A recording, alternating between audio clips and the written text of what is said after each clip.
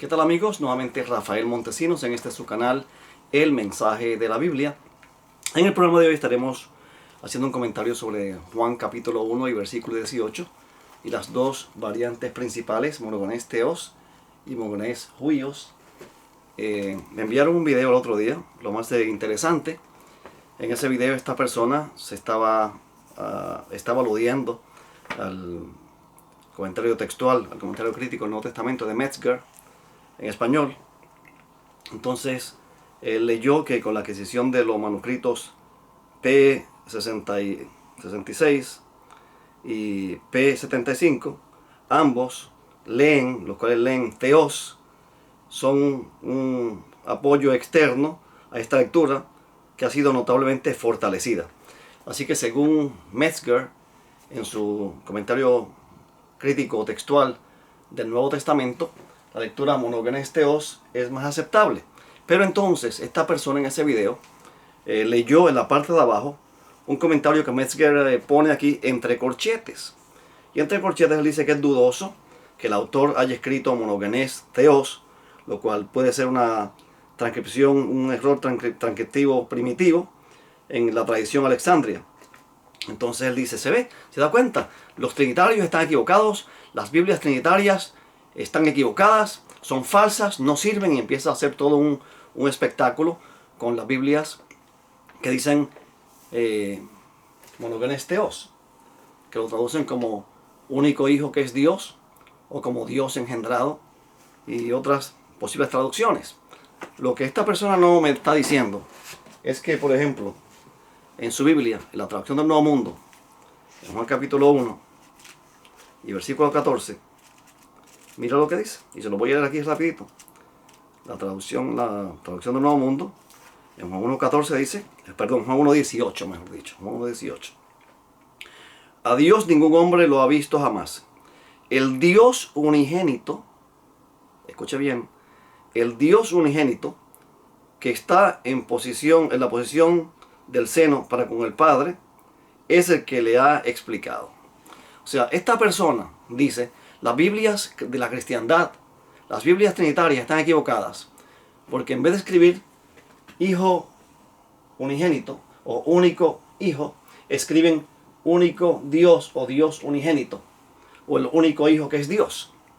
Y él dice, eso está mal. Eso está mal, las Biblias trinitarias están mal. Pero entonces, en su propia Biblia, en la traducción del Nuevo Mundo, usan la variante monogenes teos.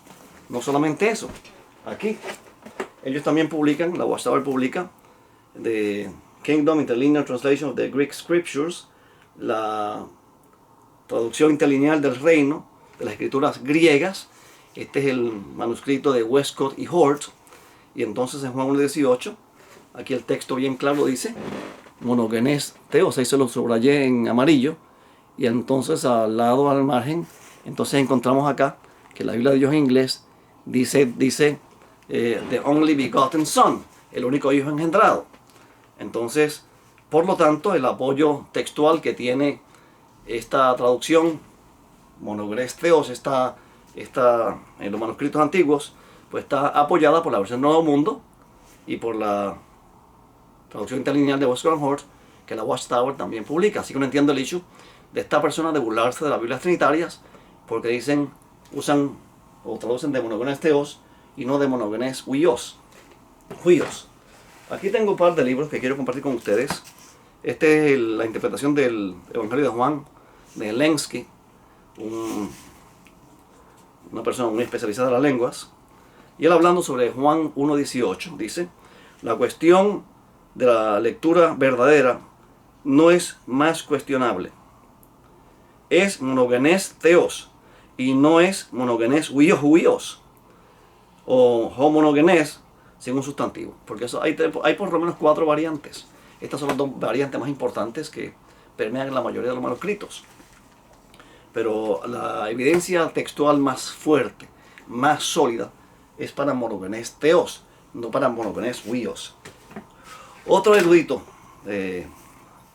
A.T. Robertson, en su Word Pictures of the New Testament, o cuadros en palabras del Nuevo Testamento, comentando sobre Juan 1.18, dice lo siguiente: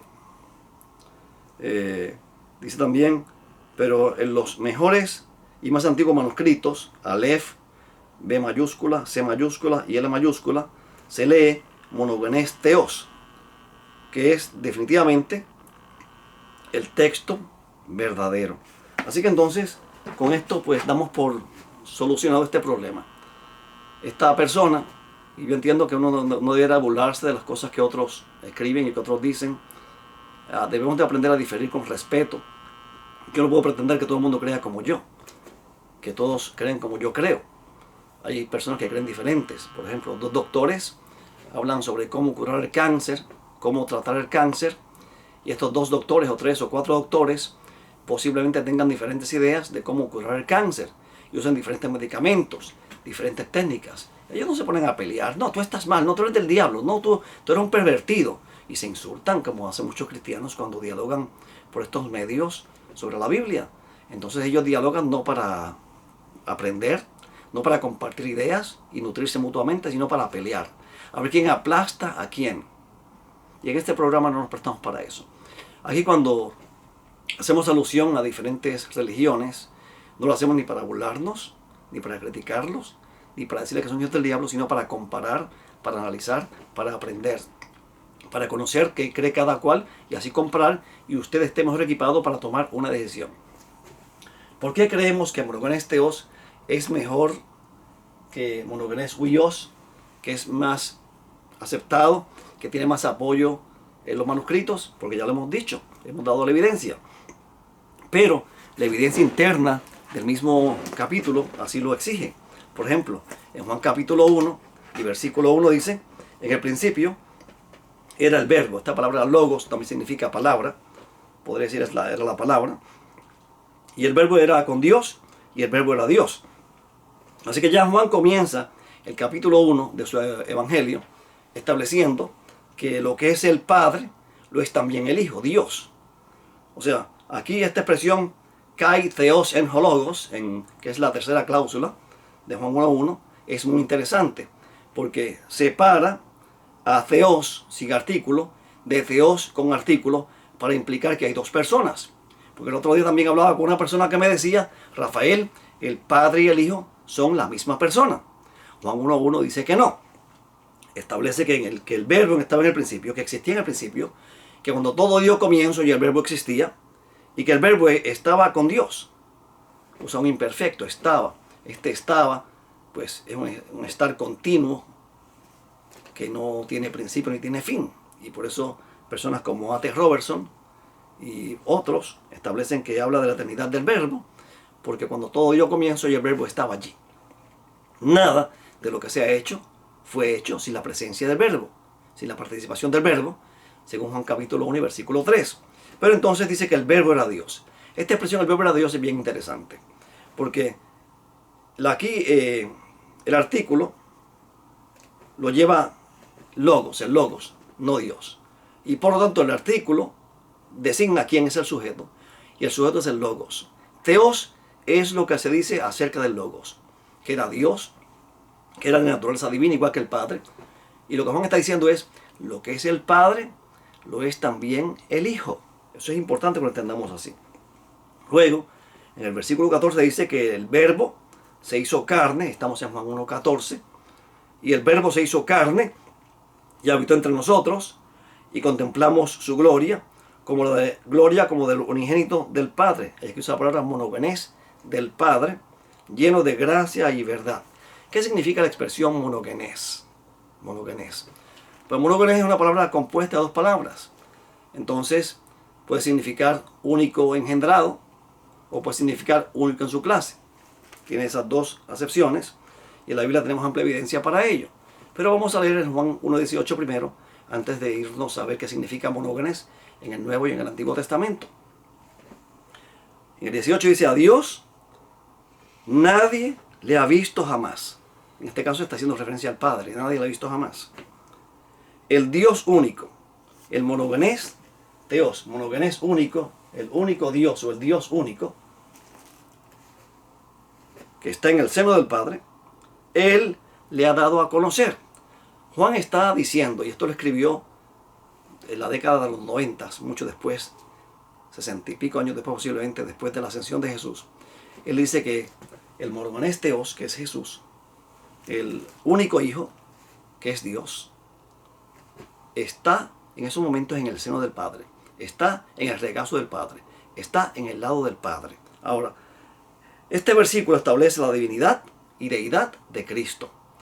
Otras versiones se cree que han puesto monogenes huios para ligar Juan 1.18 con Juan 3.16, porque de tal manera amó Dios al mundo que ha dado a su monogenes huio, a su hijo unigénito, para que todo aquel que crea no se pierda, mas tenga vida eterna. Y algunos piensan que esta variante se debe a que la forma en que estos traductores o estos copistas querían armonizar Juan 3.16 con Juan 1.18.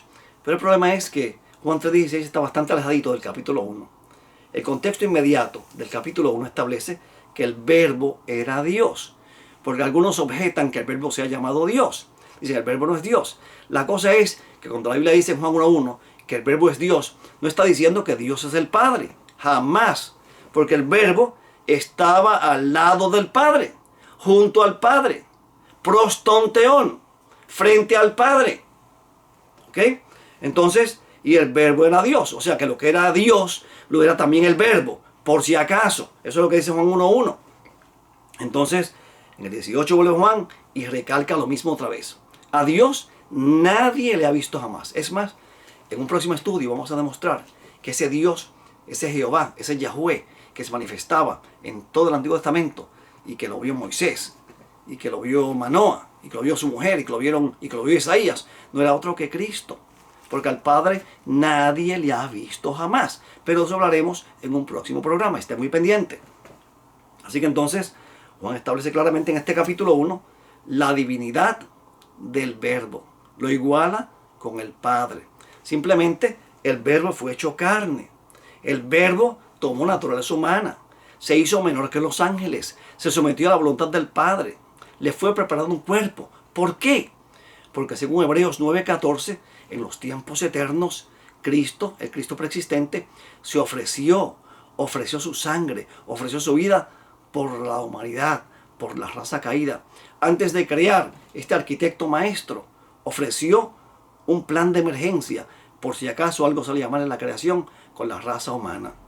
Y Él estuvo dispuesto a condescender con nosotros, a tomar nuestra naturaleza, a humillarse, a someterse a la voluntad del Padre, a convertirse en el siervo del Padre, a convertirse en el Hijo de Dios por decreto, por engendramiento virginal, por su resurrección entre los muertos. En Salmo 2.7 lo dice claramente, que Él fue declarado Hijo de Dios mediante un decreto. En Mateo 1.18 y en Lucas 1.35 se le llama Hijo de Dios con asociación a su nacimiento virginal. Y en Romanos 1.4 se asocia este elemento con la resurrección de Jesús. Jesús fue declarado Hijo de Dios con poder mediante su resurrección de entre los muertos. Pero para Juan, Cristo es el eterno Hijo de Dios. Porque de los tiempos eternos ya Él se había ofrecido y voluntariamente se ofreció ante el Padre como nuestro sustituto. Y fue declarado Hijo de Dios. Por eso en el Salmo capítulo 2 y en Proverbios capítulo 30 se habla de Jesús como el Hijo de Dios. Se habla del Hijo de Dios y se hace la mención del Hijo de Dios. Ahora, vamos aquí a varios versículos que he apuntado aquí. Primero, vamos al libro de Génesis capítulo 22 y versículo 2 en el Antiguo Testamento hebreo. Y vamos a ver qué dice aquí, en el capítulo 22 de Génesis y versículo 2. Aquí a Moisés, pues, estaba siendo probado por Dios. Y entonces en el versículo 2, Dios le dijo a Abraham: toma a tu hijo, a tu único, a Isaac, a quien amas, ve a la tierra de Moria y ofrécelo allí en holocausto sobre uno de los montes que yo te diré. Isaac fue el único, el Yahid de Abraham. Aquí Dios no está contando al otro hijo, al que tuvo con la esclava egipcia, a Ismael, porque Ismael no fue el hijo de la promesa. Dios le prometió a Abraham un hijo y ese hijo no fue Ismael, fue Isaac. Ismael vino por una intromisión y un descuido y una duda de Abraham. ¿Yo un viejo a engendrar un hijo? Mira, Sarai, lo que Dios me ha dicho. Y Sarai lo escuchó cuando el ángel se lo dijo, cuando el ángel de Jehová se lo dijo. Ella se rió.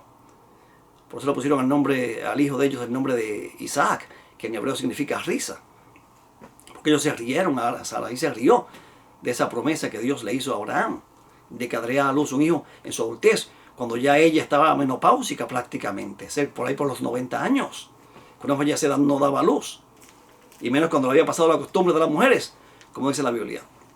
Así que entonces aquí dice, toma a tu hijo, a tu único, Yahid. En el Antiguo Testamento hay dos palabras para uno. Está la palabra Ejad, que significa es uno compuesto, Génesis 2:24, el hombre dejará a su padre y a su madre, y se unirá a su mujer, y serán dos, Ejad, carne, una carne. En Génesis capítulo 11, versículo 7, Yahweh desciende para ver la construcción de los individuos allí en Babel, para ver la torre que están haciendo, y dice, el pueblo es uno. O sea, es un pueblo, pero es uno. Es un uno compuesto, pero Yahid es uno, una sola cosa. El hijo único que tuviste con Sarai. Uno. ¿Ok? Así que entonces, cuando vamos al Nuevo Testamento, al libro de Hebreos, capítulo 11, y se hace referencia al hijo de Abraham, el libro de Hebreos, capítulo 11, tengo un chancito de lo que lo busco por aquí. Entonces, yo apunté por aquí el versículo, aquí lo tiene, por si acaso está buscando, el 17. Dice allí lo siguiente: por la fe Abraham, cuando fue probado, ofreció a Isaac. El que había recibido las promesas, ofrecía a su hijo único, monogenes huios. Así que, esta palabra Ejad, que significa único, solamente uno, único en su clase, se traduce aquí en el Nuevo Testamento, en Hebreos 11, 17, se traduce como monogenes huios, monogenes, tu monogenes en este caso, tu monogenes, tu único hijo. Así que monogenes aquí significa tu único hijo, en este caso monogenes, tu único o tu único hijo. Así que tenemos varios casos más en la Biblia, como el caso del el hijo de la viuda de Naín, en Lucas 7:12, que fue un único hijo, un monogenes. Y también tenemos al muchacho endemoniado, en Lucas 9:38, que también era monogenes, era único hijo, era único, solo. Así que Cristo es el único hijo de Dios en su clase, es el único en su clase, porque fue declarado hijo de Dios de varias formas. Una, por decreto, por engendramiento original y por su resurrección entre los muertos. Nosotros, los seres humanos, somos hijos por adopción o por creación, no como lo fue Cristo. Cristo fue hijo de Dios de una manera muy especial, porque Él se sometió voluntariamente y fue declarado hijo de Dios, por ti y por mí, para salvarnos. Así que la lectura de Juan 1:18 es correcta en nuestras Biblias. Monogenes theos es la variante correcta y significa único hijo, y así lo acepta también, como ya les explicamos hace un ratito. La voz está ahora en su Biblia, así lo traduce, y también en su versión interlineal, así también lo dice. Es la variante que Westcott and Hort utilizaron, y ahí no dicen nada. Así que este amigo que se está burlando de las Biblias trinitarias, le digo, no haga eso. Comparte sus conocimientos con otros, comparte sus ideas con otros, pero no ataque, no critique, no juzgue, no condene, no se burle. O sea, aquí no estamos para eso. Eduque. Bueno, mis amigos, el tiempo se nos acabó. No tenemos tiempo para más. Será hasta el próximo programa, y que Dios te bendiga y te guarde.